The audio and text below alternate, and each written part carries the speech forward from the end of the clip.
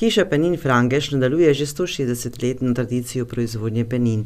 Frangeževi so umeščeni med idilične vinograde, kjer njihova hiša navdušuje svojo notranjo opremo in zunanjim izgledom in tako daje občutek domačnosti ter topline. Hišo Penin bogatijo masivni leseni tramovi in stoletja opečni zidaki, ki ustvarjajo prijetno vzdušje. V kleti se nahaja tudi 207 let stara stiskalnica grozdja, ki vključuje tudi pokušino med 3 do 10 različnimi vrstami penin. Iz elegantnega in sortno značilnega grozdja hiše Frangeš nastanejo vrhunske penine. Da bi izvedeli, kako nastanejo penine in po kakšni metodi, smo obiskali hišo Penin Frangeš v Hercegovščaku.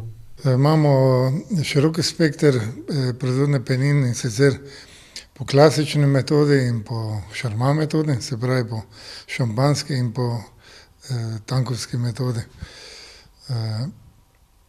Po klasični metodi so penine sortne, to se pravi predvsem Chardonnay, ki je glavna sorta širom po svetu, potem modri pinot, ponavadi kot rosé in tudi kot bela vinifikacija, in pa traminec kot neka posebnost, kot eno penino aromatično bolj, tudi in vse te kot suhe in polsuhe, popolnoma suhe in polsuhe. Postopek pridelave penin je po besedah Frangeža dolgi postopek, ki ga je potrebno upoštevati že pri rezi vinske trte. Ko se že trta obreže, potem v vinogradu je vedno važno, vedno moramo vedeti, kaj bi radi, kakšno grozdje, in tukaj je grozdje, ki se pobere prej, zaradi vsebnosti sladkorja, ki mora biti nižje, in zaradi vsebnosti kislin, ki morajo biti višje.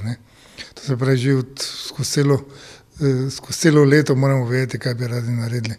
To je važno.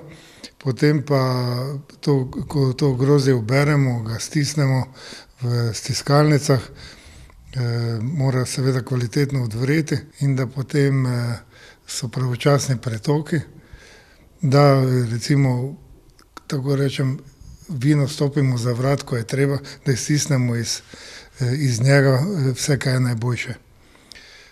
Se pravi, tako sem rekel, pomembno je, da so vina za penino z višjimi kislinami in z manjšimi sladkorji, kajti pozneje nastane druga fermentacija, kjer je pač se zdvignejo alkoholi in da vina niso premočna, penine niso premočne in da so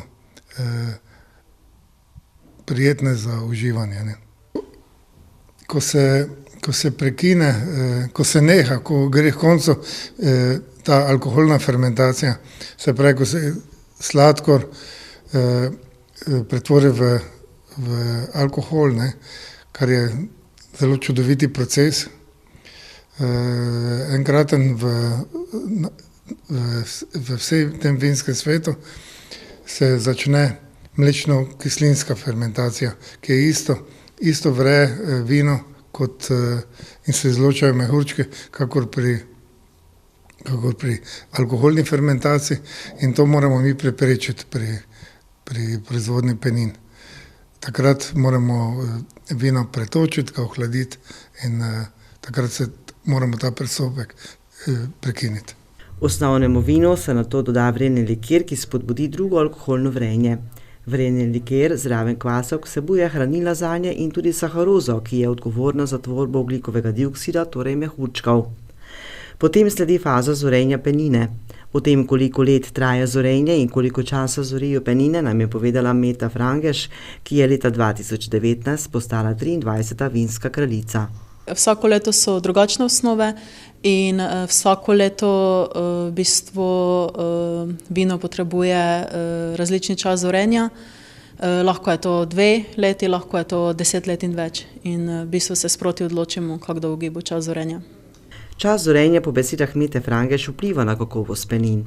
Po fermentaciji poteka še kup drugih procesov in seveda je zelo pomembno, da penine odzorijo še nekaj let. Med drugim tudi razgradnja kvasovk in v bistvu nižanje kislin, vse skupaj postaja bolj harmonično. In ja, tam nekje 5-6 let pri nas penine zorijo, določeni letniki pa tudi 10 let in več. Pri peninah Frangeš mehurčke pridobivajo naravno z vrenjem šampanjskih kvasovk. Mehurčki so v bistvu je CO2 in je stranski proizvod fermentacije, ali prve ali druge, ampak pri prvi fermentaciji CO2 odide v ozračje, ker so odprti sodi, odprte cisterne, medtem ko pri drugi fermentaciji mi te mehurčke, če tako po domače povem, ujamemo v vino, s tem, da zapremo steklenico pri klasični metodi ali pa cisterno pri šerma metodi. Tako da v bistvu mehurčki so CO2 v bistvu ujeti v vinu. Ko kvasovke odmrejo, se naredi usedlina, ki jo je potrebno odstraniti. Po dolgoletnem zorenju, ko se odločimo, da so penine pripravljene za naslednji proces, torej za odstranitev te kvasovke, ko se odločimo, da so pač primerne za konzumacijo, grejo penine na stojala, mi pravimo rittelpulte, v bistvu iz nemške besede rütteln, kar pomeni stresanje. In v bistvu tukaj se penine obračajo nekje mesec dni z namenom v bistvu, da spravimo to usedlino ali odmrlo kvasovko v vrat steklenice in ja, to nekje po mesecu dni lahko storimo. Po ritlanju, torej po nekje mesecu dni tega obračanja steklenic, je načeloma ta usedlina na vratu steklenice in v naslednjem postopku je potrebno to usedlino odstraniti. Prvo kot prvo vse steklenice ohladimo na nekje stopinjo 2, kajti v vsaki steklenici je nekje 8 barov do 9 barov pritiska in v bistvu je potrebno ohladiti penino, da pol ne zgubimo te dragocene pijače, ampak res samo usedlino. Torej, ko odpremo pod določenim kotom, to je zelo pomembno, odstranimo usedlino, lasten pritisk jo dobesedno izstreli iz steklenice in v istem momentu je potrebno steklenico obrniti nazaj gor, da ne zgubimo penine. In takrat se določi tudi tip penine, kajti do tega trenutka so vse penine popolnoma suhe, ali brut natur, ali sans dosage, pod 3 grame preostanka sladkorja v glavnem. In če želimo slajšo penino, suho, polsuho, sladko, je potrebno dodati liker. Tako da na podlagi tega, kaj želimo, se doda liker. Takrat pa se potem penina zapre z pluto in fajn je, da še odleži kakšni teden, par tednov in potem je pripravljena za konzumacijo, za prodajo. Osnovna razlika med klasično in šerma metodo je, da je pri prvi vrelna posoda, kjer poteka sekundarna fermentacija, steklenica, pri drugi pa je jekleni tank. Glavna razlika med klasično in šerma metodo je v bistvu druga fermentacija. Torej, pri klasični metodi vina drugič odvrajo v steklenicah, medtem ko pri šerma metodi vina drugič odvrajo v velikih cisternah, mi rečemo tankih. In ja, v bistvu dodana je ista kvasovka, dogaja se isti proces, s tem, da sta 2 različna prostora, kjer se to dogaja in pa čas zorenja je ponavadi zelo različen.